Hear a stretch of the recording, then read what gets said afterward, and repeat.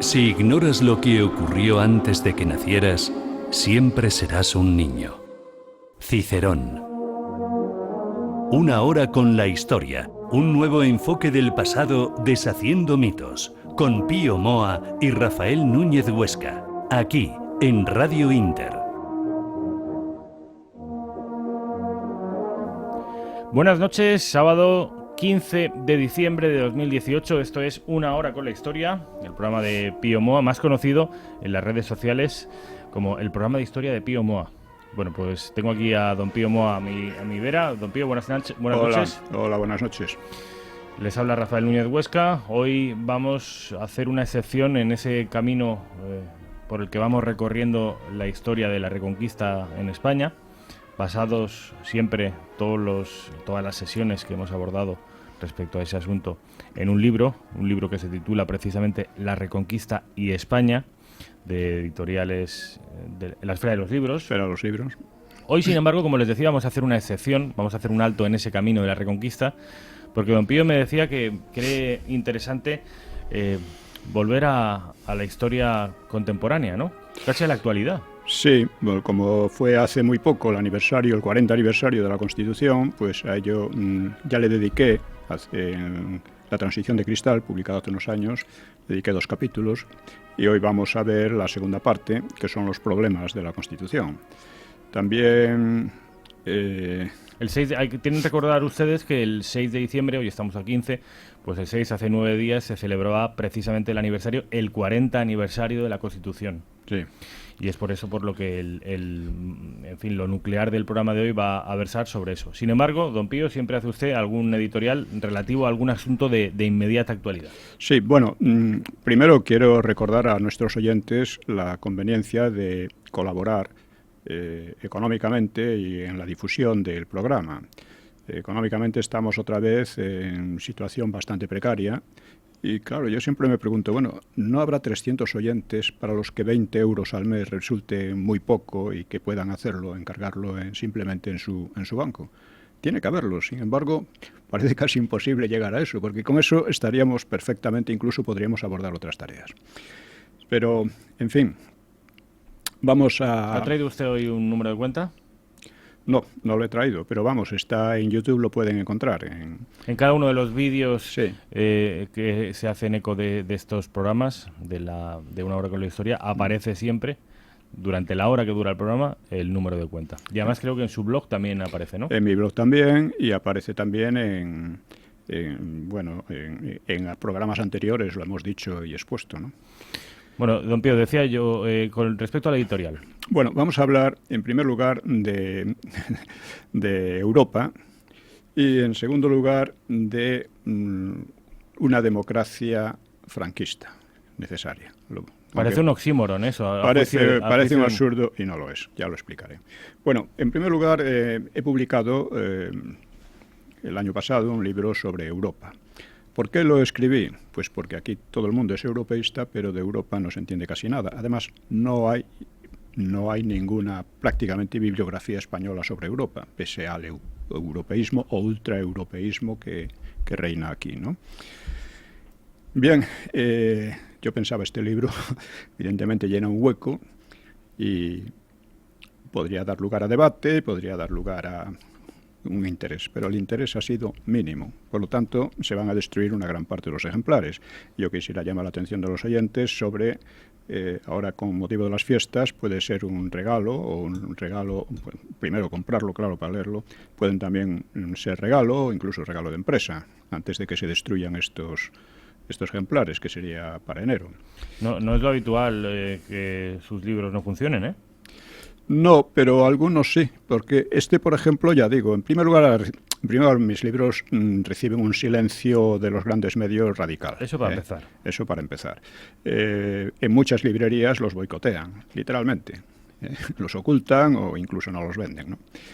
Y muchas veces hay que encargarlos, porque si no se encuentran, ¿no? Y esto es una realidad y... ¿Qué le vamos a hacer? Aparte, tenemos que denunciarlo porque, claro, es una situación en una democracia anómala en una democracia, ¿no?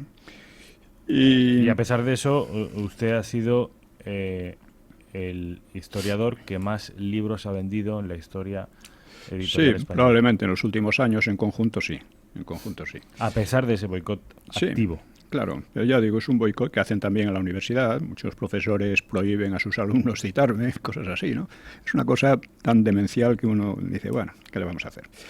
Pero en todo caso hay que denunciarlo y hay que ir contra eso. Bueno, pues el libro voy a exponer una síntesis muy sintética de él para que la gente sepa de qué se trata. El de Europa, ¿no? El de Europa. Europa, una introducción a su historia. Eso es, en la esfera de los libros también. Bueno, ¿cuál es la clave de la superioridad de la cultura europea, al menos hasta la Segunda Guerra Mundial? Bueno, pues en el libro sobre Europa la atribuyo a la raíz cristiana y examino su desarrollo, que en síntesis podría ser este. Primero, la religión es el núcleo de todas las culturas. Todas las culturas estiman a la religión como su núcleo principal, que proporciona cultura y estabilidad, ¿no? Y el cristianismo se distingue por una fuerte tensión entre razón y fe, entre Atenas y Jerusalén, se suele decir, ¿no? Que además esa tensión tiene efectos entre el poder religioso y el político, tiene efectos económicos y de todo tipo, ¿no? En su primera edad europea, que he llamado la edad de supervivencia, que es también la alta edad media, podía llamarse también la edad de las invasiones o la edad de los monasterios, pues en ese tiempo la cultura, heredada de Roma y devastada por las invasiones germánicas y luego por nuevas oleadas desde el sur, el norte y el este, de esto hemos hablado a veces, bueno, pues sobrevivió en gran medida gracias a la orden benedictina, a sus monasterios y a su influencia intelectual. Así no es injusto llamar padre de Europa a San Benito de Nursia, y podríamos llamar abuelo de Europa al Escipión de la Segunda Guerra Púnica, sin el cual probablemente... ¿Qué importancia le da usted siempre a la Segunda Guerra Púnica? Es fundamental. Es fundamental, es el origen de España y de Europa, indiscutiblemente. De haber perdido Roma, la historia habría sido muy distinta. No habíamos tenido el Imperio Romano ni todo lo que trajo consigo, ¿no? Bueno, pues en esa época, o sea, la Alta Edad Media o Edad de Supervivencia, pues la especulación religioso-racional y filosófica tuvo poca importancia porque la necesidad de sobrevivir a las amenazas exteriores y a la barbarie interior en Europa, pues ponían un sello de urgencia práctica, ¿no? Esta urgencia, que era poco proclive a la especulación, pues en España se manifestó más prolongadamente durante la Reconquista debido a la permanente amenaza islámica. Bueno, es cuando Europa se estabiliza, pasando a la edad de asentamiento o baja edad media, cuando se siente capaz de alguna contraofensiva, como las cruzadas, en torno al año 1000, cuando la tensión se va haciendo más explícita y más manifiesta en un intenso pensamiento filosófico, protagonizado en gran medida y en rivalidad entre las órdenes franciscana y dominica, y entre Oxford y París. La especulación afectaba a la concepción de la divinidad, de la política y en general de la propia condición humana. Y esa tensión se explicita en constantes debates e ideas sumamente incómodos, pero también productivos en todos los órdenes de la sociedad. Con todo, la incomodidad llegaría a convertirse en antagonismo con Lutero. Lutero fue un gran develador de la razón en beneficio de la fe. Decía que la razón era la ramera de Satanás y que había que aplastarla desde el bautismo, ¿no? Estas cosas no se suelen... Hay que ver lo que decía Lutero, porque luego nos cuentan sobre lo que decía Lutero, nos cuentan unas cosas muy raras, pero hay que ir directamente a las fuentes y vemos cómo era, ¿no? Un irracionalismo que luego el régimen nazi heredó de alguna manera prostituido y... No, es ya una cosa distinta, era ya una cosa distinta. Hombre, hay siempre una cierta... Pero no, el régimen nazi fue también... Adoró a Lutero, ¿eh? Sí, bueno... Como padre de Alemania, que es una figura casi nacionalista, sí, o sea, que trasciende lo religioso. Es cierto, por supuesto, y también, pero no solo los nazis, ¿eh? Eso ha sido también para los protestantes en general, y ojo que Hitler era familia católica, no protestante, ¿no?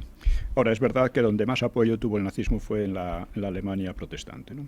No en la católica. A pesar de ser Hitler, venir de Baviera, vamos, que Hitler y otros muchos, o sea... El nazismo nace en Baviera. Exactamente.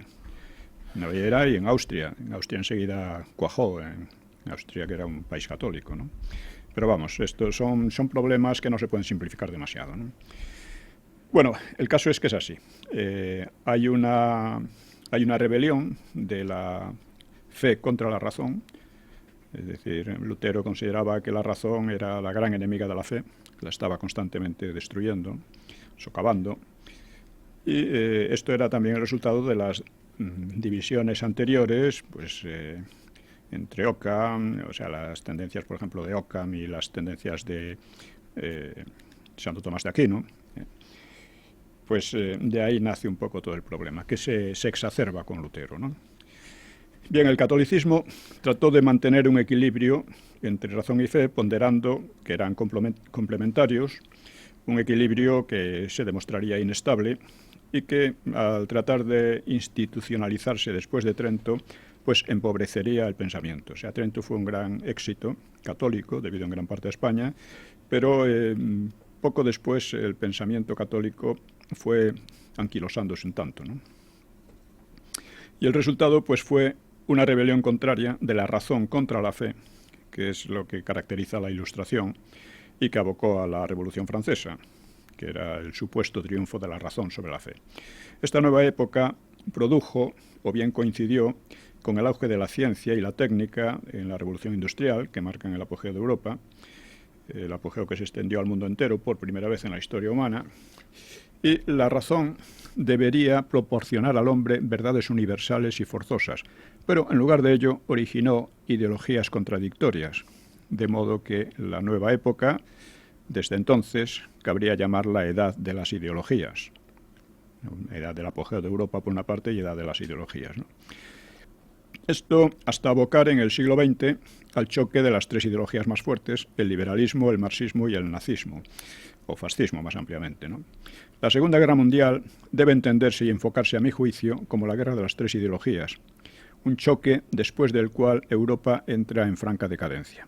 Estamos en la edad de decadencia de Europa, que no sabemos si se prolongará mucho o será definitiva o habrá un resurgimiento, ¿no? Bueno, este es un esquema muy esquemático que no hace justicia, claro, a la inmensa riqueza de los desarrollos sociales en todos los ámbitos, de los filosóficos a los militares, pasando por los económicos, políticos, artísticos, etc. Todo esto lo trato de manera sucinta, naturalmente, en el libro. Pero creo que el esqueleto del libro, del ensayo, puede considerarse como el cristianismo ha forjado a Europa, como es una religión peculiar en la cual la fe y la razón están en tensión. Tensión quiere decir conflicto, pero quiere decir también complementariedad, de que esa tensión en algunos casos se ha resuelto en antagonismo. Antagonismo ya es otra cosa, es o una cosa o la otra. Bueno, pues esta es un poco el desarrollo del libro, ya digo, muy en esquema, y aplicándolo o sea, incluyendo también, ya digo, otro tipo de desarrollos que están en buena medida condicionados por este.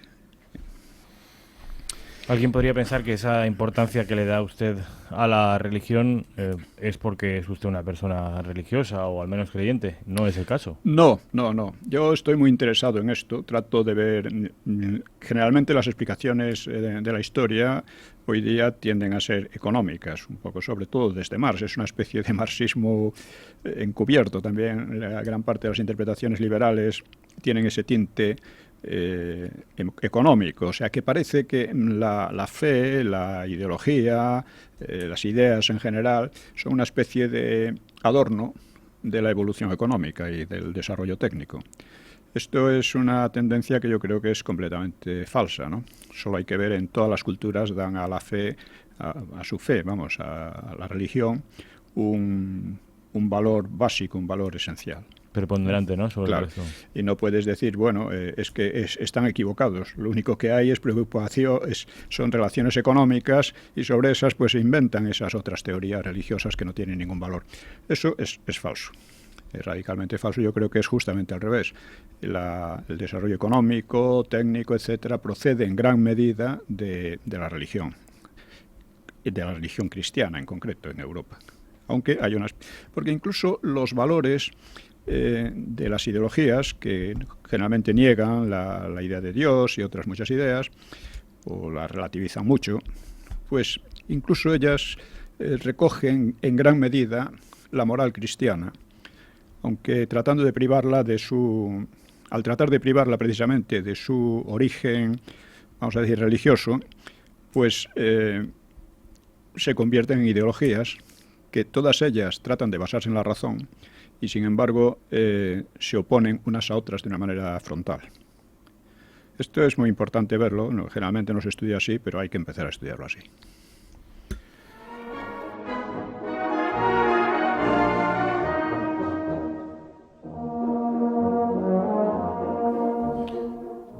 Adelante, don Pío. Bien, vamos a seguir con otro tema que es fundamental y es sobre el franquismo y la democracia. O sea, la democracia viene del franquismo y fue refrendada así en referéndum por abrumadora mayoría popular. Y esto solo puede ser ignorado por la falsificación sistemática de la historia ocurrida a continuación de dicho referéndum, que ha llevado a contraponer franquismo y democracia, cuando en realidad el oxímoron es antifranquismo y democracia. O sea, el franquismo nunca tuvo oposición democrática real. Era comunista o terrorista, básicamente, ¿no? Bueno, cuando hablamos de democracia franquista, nos referimos a la necesidad de reconocer estos orígenes y a la necesidad histórica del régimen que salvó la integridad de la nación y los fundamentos de la cultura, entre otras cosas. Esto fue lo que hizo el franquismo. Ya he explicado cómo el Concilio Vaticano II vació intelectual e ideológicamente al franquismo, iniciando su descomposición en sus familias o partidos, que familias eran de hecho partidos, a su manera, ¿no?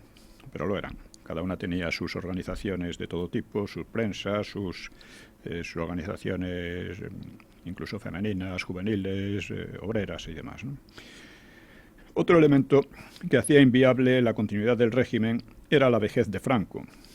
Franco actuaba como un elemento arbitral y orientador, insustituible en aquel régimen, y por ello mismo el régimen quedaba como un régimen de excepción. Ni era posible sustituir a Franco ni a la ideología católica anterior por algo equivalente. Por consiguiente, no quedaba otra opción que cierta homologación con los países de Europa Occidental. Pero aquella salida tropezaba con serios inconvenientes. La oposición a Franco siempre había sido radicalmente antidemocrática, como dije, pese a que enarbolaba banderas de libertades políticas y demás, de manera oportunista, claro, mientras que los adeptos al régimen, más o menos adeptos, pues carecían de pensamiento democrático y no eran capaces de analizar lo que había supuesto históricamente el franquismo. Es lo que yo he intentado hacer con los mitos del franquismo. El libro. Pero, don Pío, usted siempre se encarga de repetir que, de acuerdo, que el régimen no fue una democracia, pero que su oposición, muy mayoritariamente, tampoco. Claro. Algún espectador, algún oyente podría pensar, pero, y por ejemplo, los monárquicos o los conservadores o toda esta oposición que sí que era democrática, o la UME, la unidad...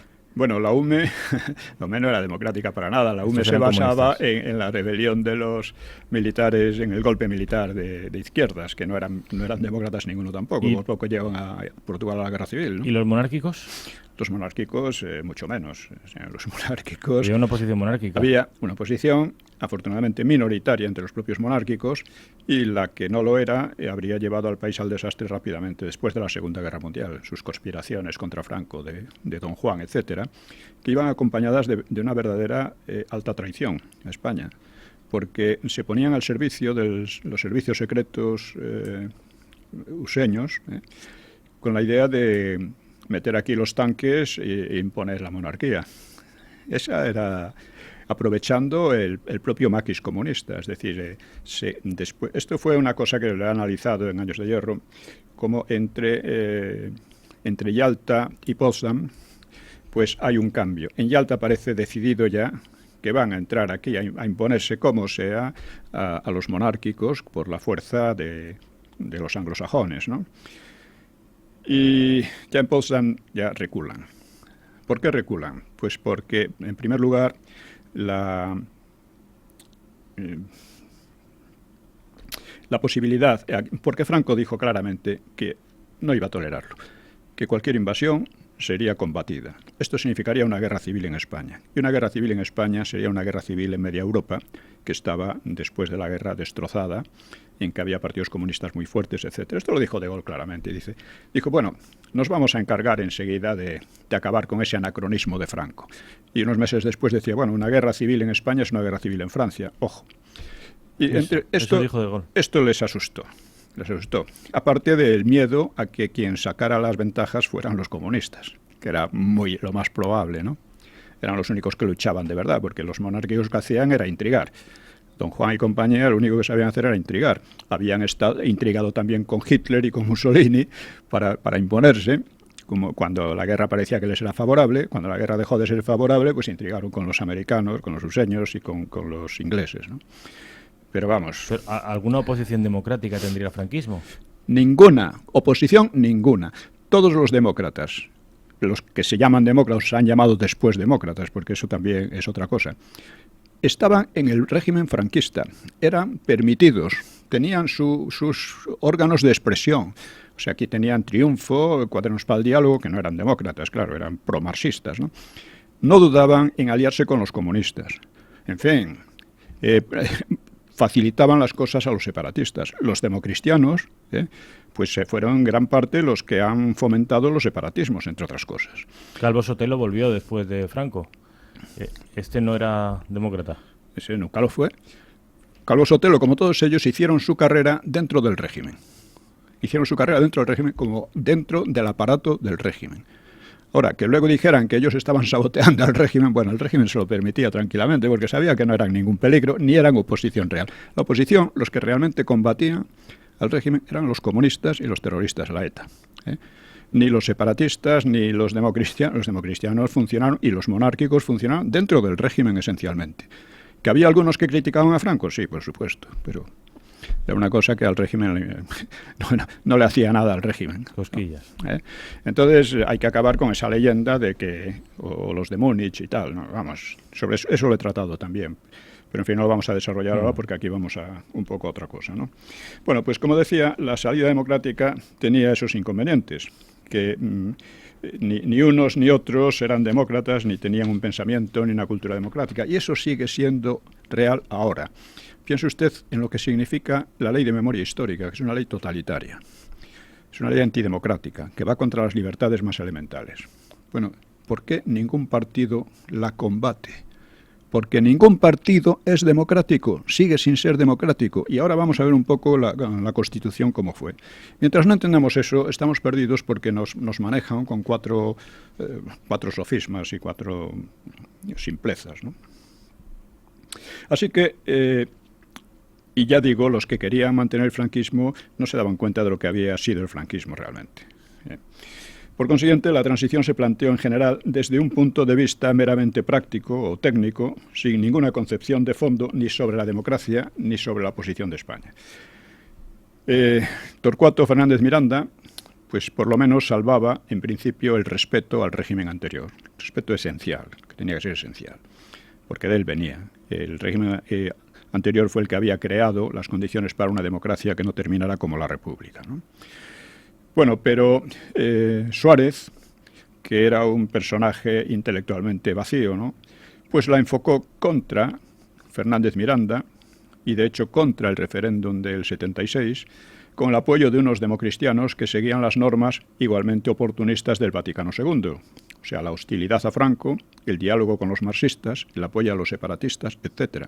Esto estaba entre los democristianos, que no todos habían sido antifranquistas, ni lo eran, ¿no?, la mayoría, ¿no? Bueno, la concepción de la democracia en Suárez y estos, pues era parecida a un banquete de amigotes en que se repartían poderes y dineros. Es un enfoque generado sin ningún principio claro, ¿eh? Como decía Fraga de Suárez, para él todo es negociable, ¿no? Bueno, este enfoque generaba corrupción, generaba supeditación de los intereses generales del país a los intereses de partidos, y las consecuencias las estamos palpando ahora, ¿no? Otro elemento perturbador del tránsito era la presión internacional, porque otros países europeos, incluso USA, aunque menos, pues quería tutelar el proceso. Y los transicionistas, los de la transición, mostraban hacia estos europeos un respeto supersticioso, que era hijo de su inanidad intelectual, ¿no? Pues como he recordado en varios libros, y prácticamente en exclusiva, los países de Europa Occidental debían sus democracias, que además funcionaban de modos distintos en cada país, pues la debían al ejército useño e indirectamente a Stalin, mientras que España carecía de aquellas deudas tan condicionantes y tan agobiantes. Precisamente carecía de esas deudas gracias al franquismo. Así que España podía presentarse como modelo, como democracia no impuesta desde fuera, sino como fruto de una evolución propia. Pero los políticos de la transición adoptaron la postura de alumnos reverentes y acomplejados hacia lo que llamaban Europa, pidiendo permiso de entrada, que les dejaran entrar en Europa. Es la Europa de los europeístas, ¿no? Uno de sus efectos fue la renuncia progresiva a una política internacional propia, simbolizada y más que simbolizada en Gibraltar. Este es otro tema sobre el que los analistas e historiadores de la época pasan sobre ascuas, pero es un tema muy importante.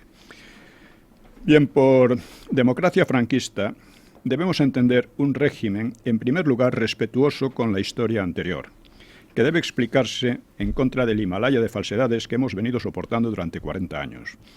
En segundo lugar, debe desarrollarse un pensamiento democrático, que lo he esbozado en la Guerra Civil, los problemas de la democracia en España. Y en tercer lugar, o sea, un pensamiento democrático que no lo hay. O sea, estamos en plena involución y todos los partidos colaborando en ella, ¿no? Y en tercer lugar, debe suponer un cambio de fondo en todas las políticas disgregadoras y satelizantes actuales.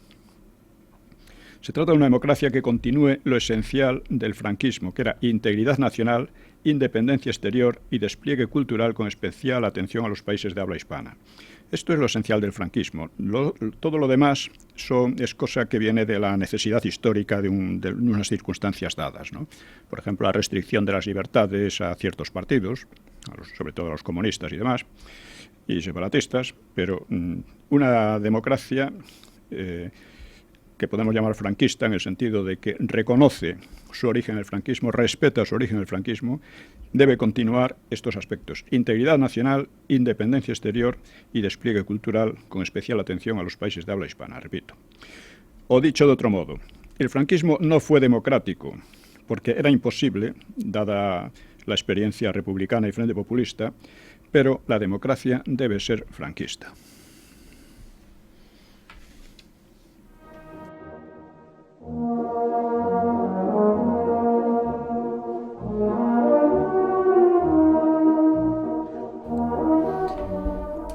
El régimen de Franco no fue democrático, pero la democracia debe ser franquista. Exactamente, en el sentido en que lo he expresado. Tiene que ser democracia, pero franquista, que reconozca su origen, que reconozca la historia y que en fin, abandone toda este Himalaya de falsedades en que se ha venido basando. Don Pío, vamos a hablar sobre la Constitución. Bien. Que hace unos días cumplió 40 años. Exactamente. Hemos visto cómo fue organizada, cómo fue elaborada, de manera un tanto anómala en muchos aspectos, ¿no? Porque se habla de los padres de la Constitución, pero al lado de los padres estaban otros, que eran Abril Martorell y Guerra, que eran muchas veces los que cocinaban los artículos que luego se votaban por disciplina de partido, ¿no? Esto se olvida, pero no hay que olvidarlo. Bueno, la gestación constitucional, por tanto, no fue muy democrática, solo chocó con la indignación de Alianza Popular, que se resolvió además en la escisión del partido. Y el punto más escabroso, pero no el único, fue el de las autonomías, concretado en el título 8º, y la inclusión del término nacionalidades. Según Herrero de Miñón, que fue uno de los ponentes con mayor influencia, que era de la derecha, de UCD, que había hecho su carrera en el franquismo, por supuesto, plenamente, como todos ellos, ¿no? Pero que de repente se hacía el antifranquista, ¿no? Bueno, pues según Herrero de Miñón, los comunistas, y más aún socialistas, pretendían elaborar una completa nueva planta constitucional en la cual la jefatura del Estado perdiera sus connotaciones históricas. La parte dogmática supusiera una transformación, cuanto más radical mejor, de la sociedad y la economía, y las autonomías correspondieran al principio del federalismo. En cambio, Herrero interpretaba la postura de Alianza Popular como un plan de reformas parciales de las leyes fundamentales franquistas y adición de otras nuevas. Y afirma que UCD acertó con un término medio, dice él, cambiar el Estado y permitir el cambio social sin cambiar de sociedad ni de Estado. Esto, dice él, pero revela un optimismo muy excesivo, ¿no? El título octavo, referido a la organización territorial y en particular a las autonomías, resulta contradictorio, pues pretende por una parte establecer las competencias de las autonomías y del Estado central y por otra parte vacía las competencias del Estado al advertir que las autonomías podrán extender sus competencias, obviamente a costa de las competencias nacionales, y el Estado podrá delegar las suyas. Artículo 150.2. Esto puede hacerlo bajo condiciones muy interpretables. Suárez hizo esta concesión, un tanto sorprendente, para conseguir que el PNV apoyase la Constitución, pero no lo logró, y a pesar de ello el artículo no fue retirado. Pese a su afán ordenancista impropio de una Constitución y a cautelas retóricas, pues las autonomías, en lugar de delimitarse, quedaron abiertas a una progresión indefinida, a interpretaciones y hasta al hecho consumado como llegaría a ocurrir. Empezó a ocurrir muy pronto. Los partidos abordaron la cuestión, dice Herrero, desde tres enfoques distintos. Los separatistas, nacionalistas, eran separatistas en el fondo, ¿no? Lo que pasa que débiles, pues pretendían un reconocimiento nacional para Cataluña, apoyados por socialistas y comunistas. Era ya un esbozo de Frente Popular, como el que había sido derrotado en la guerra. Mientras que los separatistas vascos hablaban de soberanía originaria. B. Los socialistas y comunistas defendían incluso el derecho de autodeterminación, es decir, la posible secesión. Y C. La UCD y en parte AP, Alianza Popular, pensaban en una regionalización del Estado de inspiración orteguiana. Bueno, esto era pura retórica, ¿no? Ortega no hizo más que equivocarse en casi todas sus ocurrencias histórico-políticas, ¿no? UCD era el partido de Suárez, como sabemos, AP, el de la derecha, se extindió en dos, y con Suárez UCD quería hacerse la izquierdista, incluso sobrepasar al PSOE por la izquierda. Bueno, las aspiraciones de los separatistas vascos y catalanes, pues no hace falta comentarlas, ¿no? Son de acuerdo con toda su doctrina desde un siglo antes, ¿no? Sí se pueden comentar un poco la coincidencia de socialistas y comunistas con ellos. Esa coincidencia era una tradición en el Partido Comunista, pero no tanto en el PSOE, porque antes el PSOE era propenso más bien a un centralismo incluso jacobino. El PC, Partido Comunista, era centralista de derecho, pero siempre incluía en su programa la autodeterminación de las nacionalidades, siguiendo el modelo leninista, un modelo extraído de la experiencia de los imperios ruso y austrohúngaro, que no tenía nada que ver con la realidad histórica de España, ¿no? El PSOE de González y Guerra asumió así esa postura leninista para mostrarse radical y lo hizo por su visión negativa de España y por su antifranquismo, ya que el régimen anterior había defendido la unidad nacional. El antifranquismo del PSOE era puramente retórico, no había hecho oposición real al régimen, ¿no? Pero, en fin, estos sujetos que debían haber aprendido algo de la historia y mostrarse más moderados, de repente el PSOE en aquellos tiempos se mostraba mucho más radical todavía que el Partido Comunista. Bueno, ya decía Julián Marías que el defecto del PSOE es que tenía una visión negativa de España. Bueno, todavía era menos de esperar la repentina inclinación autonomista de la derecha, que en caso como el de Herrero era entusiasta de las autonomías. En buena medida eso venía de la influencia orteguiana sobre la Falange, en este caso lo que Ortega había llamado la redención de las provincias. Según Ortega, España era un enjambre de pueblos y nunca se había vertebrado como era debido estatal y socialmente. El filósofo representaba un nacionalismo español regeneracionista que era en el fondo muy similar a los separatismos catalán y vasco, puesto que negaba la historia anterior como nefasta, como enferma, como anormal, y pensaban tener la receta casi mágica para redimir a los pueblos y elevarlos a la gloria, ¿no? Los análisis histórico-políticos de Ortega no cuentan entre sus mejores ideas, desde luego. Solían ser rebuscados y crear falsos problemas. Azaña los llamaba ocurrencias, pero no obstante Azaña se parecía mucho a él en sus concepciones sobre España y su historia, ¿no? Eran ocurrencias a menudo disparatadas, pero que se exponían en un lenguaje pomposo que seducía a muchos lectores. La política, decía Ortega, debe ser una imaginación de grandes empresas en que todos los españoles se sientan con un quehacer. Esto es pura retórica, ¿no? Azaña, pues, a su vez, pues, propugnaba en Barcelona en 1930 un Estado dentro del cual podamos vivir todos, como si en España nunca hubieran vivido todos, mejor o peor. Inventaban problemas para darle soluciones puramente retóricas, ¿no? Bueno, viendo el pronto desenlace de las grandes empresas orteguianas y de ese estado tan especial de Azaña, ya en la República, pues podemos ponderar la peligrosidad de las grandes frases vacías, que son a medias exaltadas y a medias frívolas. Una ocurrencia de Ortega propugnaba articular España en 9 o 10 grandes comarcas autónomas, para las cuales la amplitud en la concesión de self-government, o sea, de autogobierno, debe ser extrema, hasta el punto de que resulte más breve enumerar lo que se retiene para la nación que lo que se entrega a la región. Esto decía Ortega. O sea, es asombroso, ¿no? Así esperaba contentar más o menos a los separatistas vascos y catalanes y salvaguardar el principio de la soberanía nacional como una cosa cada vez más vacía, ¿no? Su discípulo Julián Marías observó en 1978 lo inútil y arriesgado de querer contentar a quienes no se van a contentar.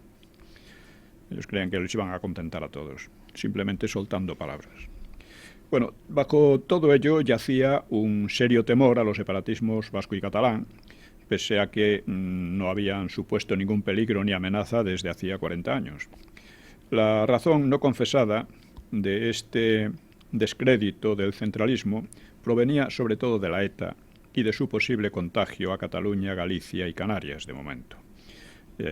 Ya vimos antes en el libro que la ETA era el único movimiento separatista surgido con algún impulso durante el franquismo, ya muy al final del franquismo, y por las razones expuestas pues había adquirido una excepcional relevancia política. O sea, lo había apoyado el clero, Francia, Argelia, lo había apoyado aquí muchísima gente, el clero vasco y no solo el vasco, ¿eh? No debe olvidarse que el terrorismo ha ejercido una profunda influencia corrosiva y corruptora en España, más que en cualquier otro país europeo, ya desde el pistolerismo anarquista de la Restauración, a cuyo derrumbe contribuyó de manera decisiva.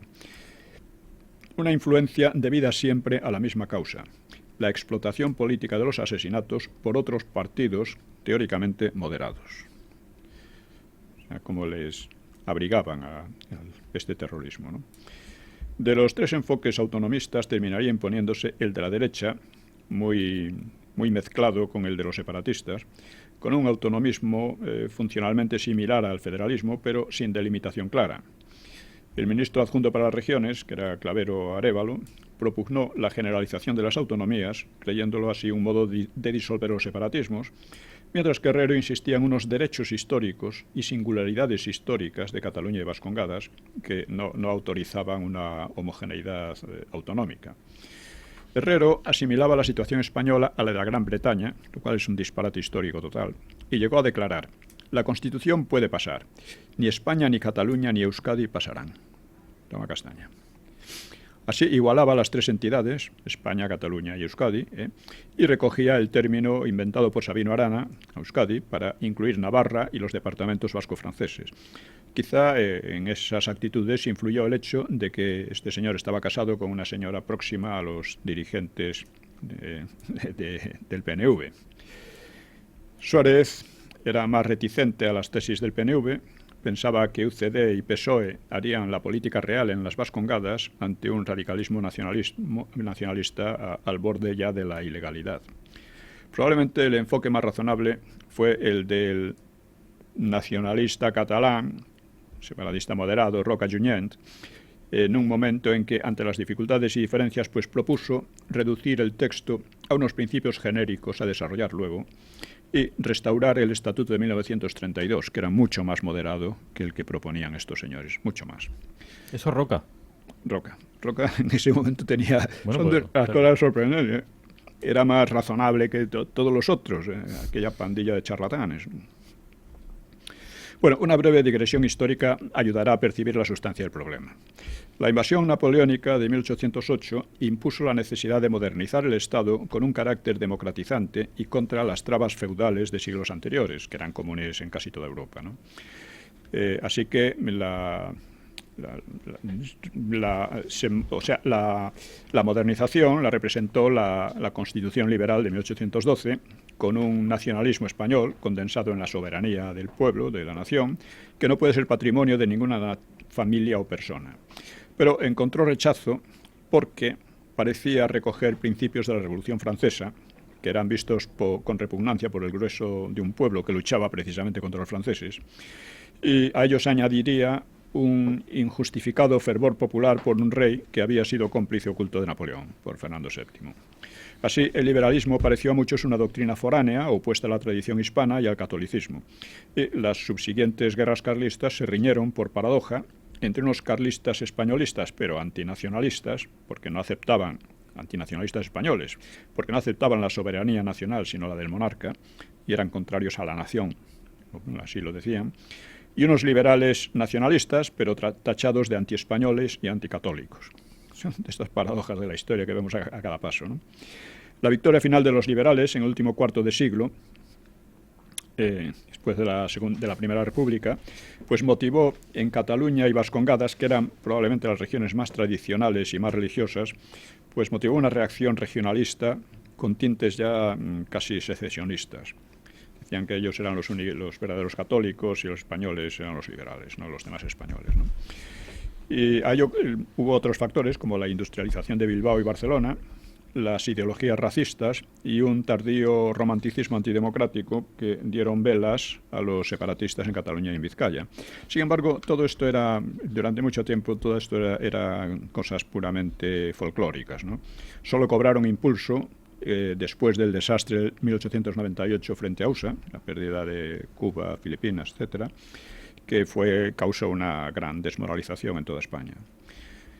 Los nacionalismos vasco y catalán, que eran concomitantes con el pistolerismo anarquista y con los mesianismos socialista y republicano, pues se convirtieron en una plaga destructiva para los regímenes de libertades, o sea, de la Restauración y la Segunda República.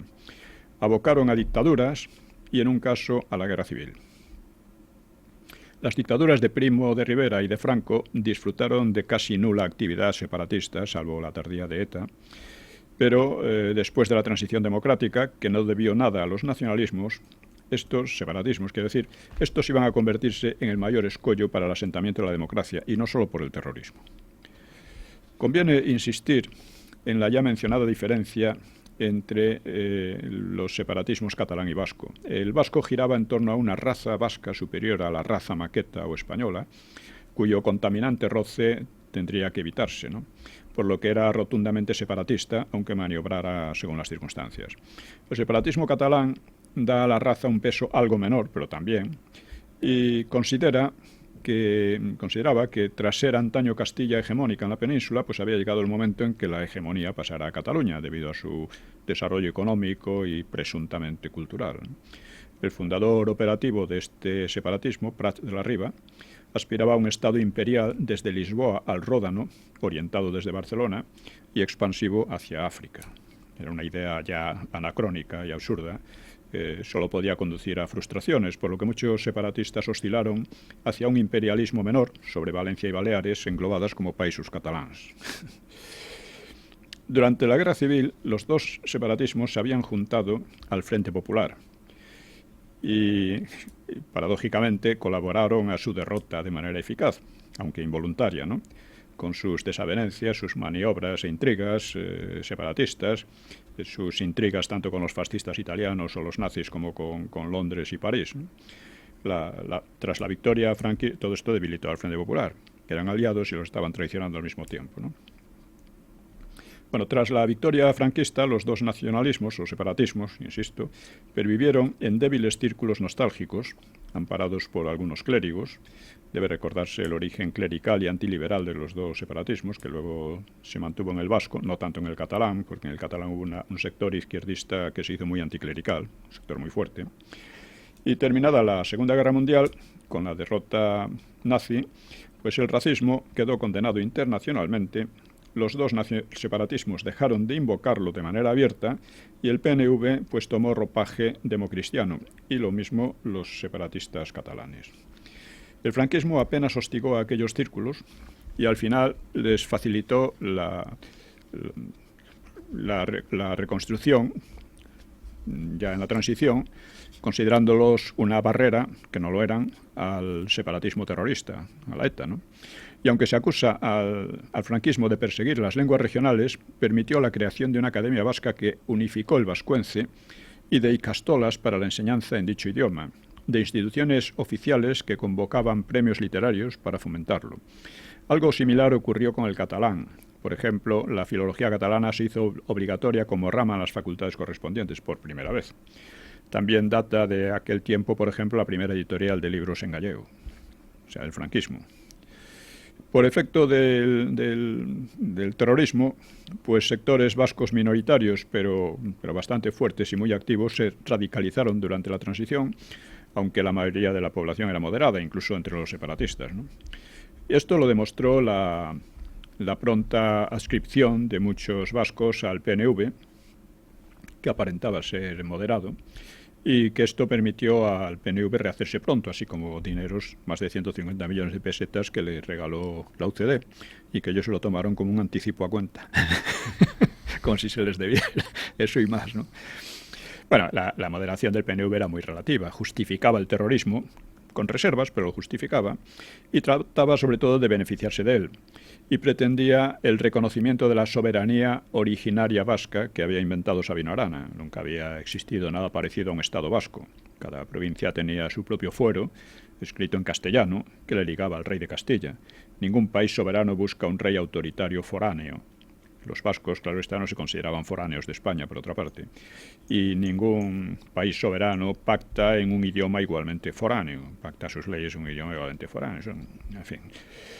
Según Herrero y Miñón, la soberanía originaria, que en la Constitución la eufemizaba como derechos históricos, pues no pasa de retórica, según él. Para el PNV, todo se reducía al reconocimiento de la identidad vasca como cuerpo separado dentro del Estado sin negar en absoluto que éste ejerciera cuantas competencias fueran necesarias. A esto se reducía el dogma de la soberanía originaria, decía Herrero, mintiendo descaradamente, ¿no? La creencia de Herrero es tan ingenua que supone como suponer sin valor práctico el término nacionalidades, ¿no? La soberanía originaria entrañaba, para empezar, una idea confederal del país y el privilegio de los conciertos económicos que fragmentaban la economía española. Eso para empezar.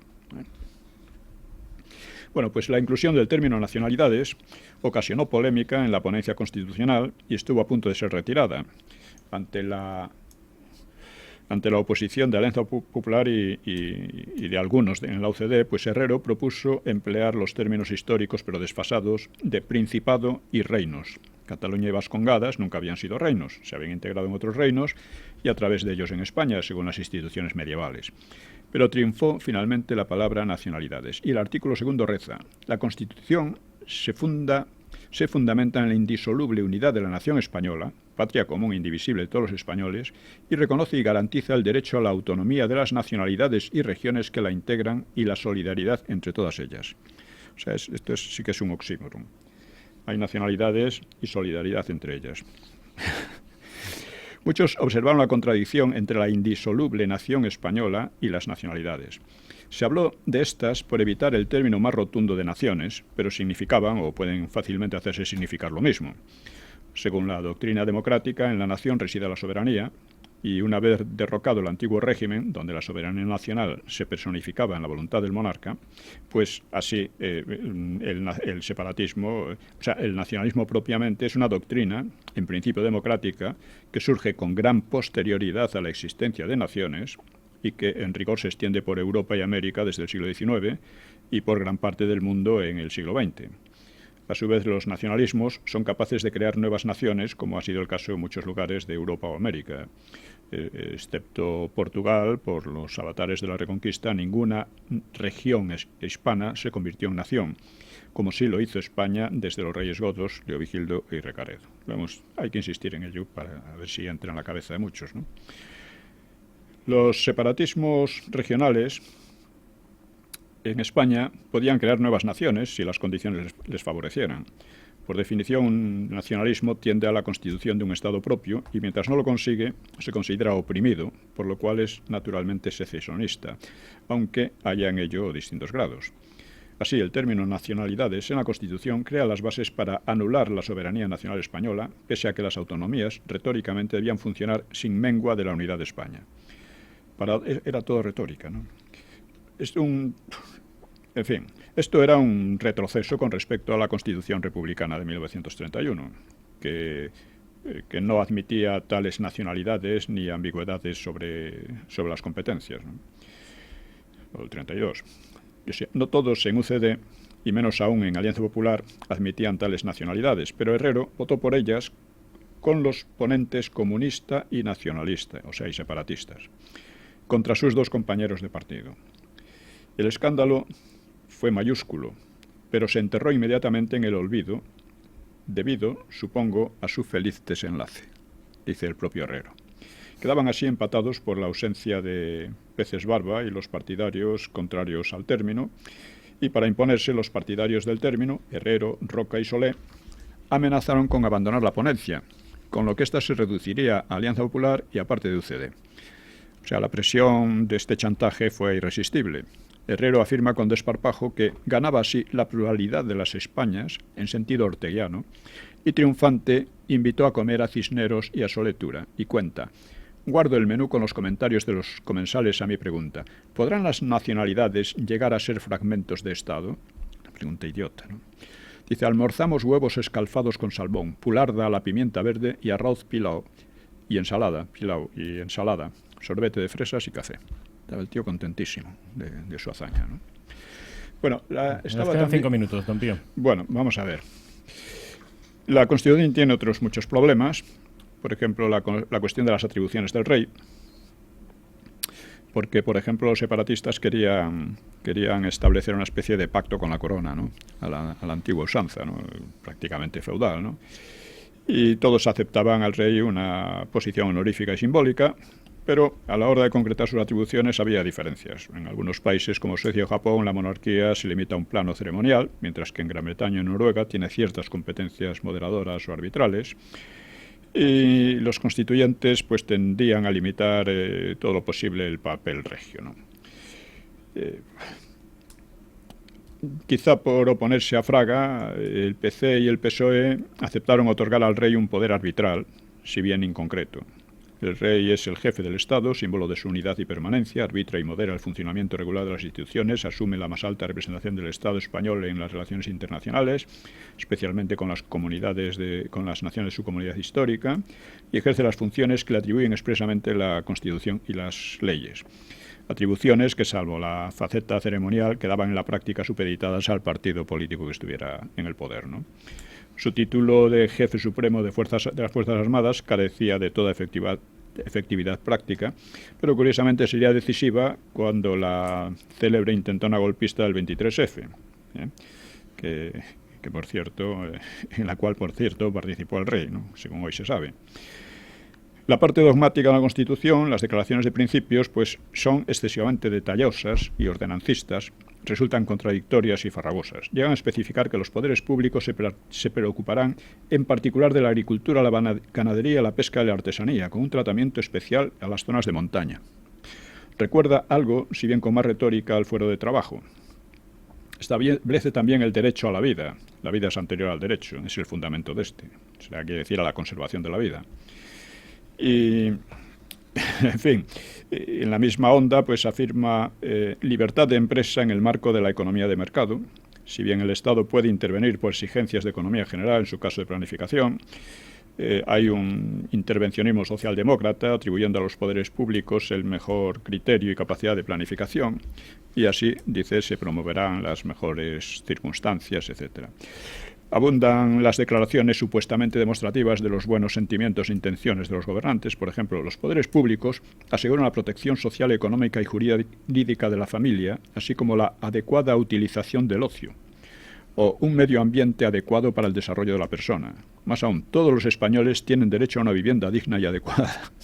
Esto cuando el paro se hacía masivo, ¿no? ¿Y qué podría entenderse por digna y adecuada?